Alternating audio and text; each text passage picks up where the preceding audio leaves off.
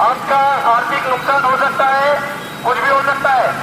आपके मोबाइल के ऊपर 140 नंबर से कोई भी कॉल आए तो कृपया करके वो कॉल रिसीव मत करो। उठाते हो आपके मोबाइल के ऊपर आपका पूरा बैंक बैलेंस हैक हो जाएगा, पूरा बैंक बैलेंस खाली हो जाएगा, आपका मोबाइल हैक हो जाएगा।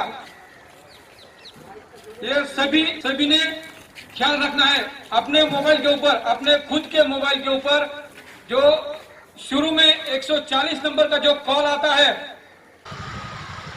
कॉर्पोरेट पुलिस स्टेशन द्वारा आपको सूचित किया जाता है कि 104 ये नंबर रिसीव करने का नहीं है। सभी भाइयों और बहनों को सूचित करने का है। अपने आजू बाजू में रहने वाले सभी लोगों को ये बात कहनी है, 140 ये मोबाइल नंबर रिसीव करने का नहीं है।